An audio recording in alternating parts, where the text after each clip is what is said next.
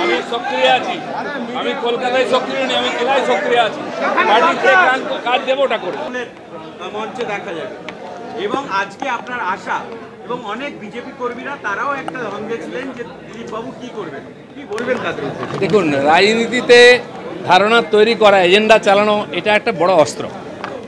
পশ্চিমবাংলার রাজনীতিতেও চলছে, কিন্তু আমার মনে হয় ভারতীয় জনতা পার্টির কর্মীরা যাদের মনের মধ্যে একটু এরকম দোলচলা এসেছিল, এটা আশঙ্কার মেঘ ছিল, সেটা কেটে যাবে এবং তারা একসঙ্গে মিলিত হয়ে লড়াই করে পশ্চিমবাংলায় পরিবর্তন করবে।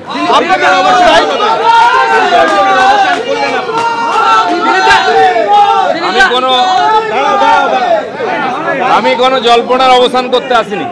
আমরা জল্পনা কল্পনায় বিশ্বাস করি না, আমরা বাস্তবে বিশ্বাস করি। আমি স্লোগান দিয়েছিলাম 19 সালে, 19-এ হাফ, 21-এ সাপ। 19-এ আমরা হাফ করেছিলাম, 21-এ সাপ হয়নি, যেটুকু বেঁচে গেছে 26-এ সাপ। 21 তারিখ আসুক না, একটু ধৈর্য ধরুন, এতদিন ধৈর্য ধরেছেন। একটা বিষয় ঘটনা হয়েছে যে আপনার সঙ্গে নাকি দলের দূরত্ব তৈরি হচ্ছে, কিন্তু সেরকম তো কিছু নয়। আজকে যেভাবে শ্রমিকদের পাশে আপনি এসে একসঙ্গে, শুনুন, দূরত্ব তৈরি হয়েছে কি হয়েছে, দূরত্বের প্রশ্ন নেই। আমি বিজেপিতে আছি, বিজেপির কাজ করছি।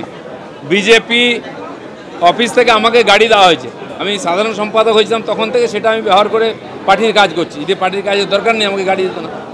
আমাকে সিকিউরিটিও পার্টি থেকে দেওয়া হয়েছে, আমি গাড়িও চাইনি, সিকিউরিটি চাইনি, পদও চাইনি।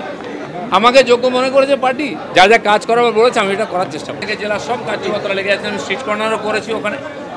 সেদিন শ্যামাপ্রসাদ জয়ন্তী 6 তারিখে খড়গপুরের মাননীয় শ্যামাপ্রসাদজির মূর্তি স্থাপনা করেছি আমরা, তো লেগে আছেন কর্মীরা। মাননীয় রাজ্য সভাপতি যখন জেলা সফর শুরু করবেন, আমরা চাইব মেদিনীপুরে প্রথমবার আসুন, সেখানে সমস্ত কর্মীরা তাকে সম্মান জানাবেন। এখন তো কমিটি হয়নি, জেলা কমিটি হয়নি, রাজ্য কমিটি হয়নি।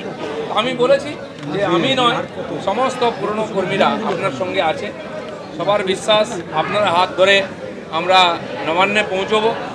আপনি যা আদেশ করবেন, সব কর্মীরা, দিলীপ ঘোষ ও পার্টির একজন সাধারণ কর্মী, আপনার নেতৃত্বে আমরা লড়াই করতে রাজি আছি।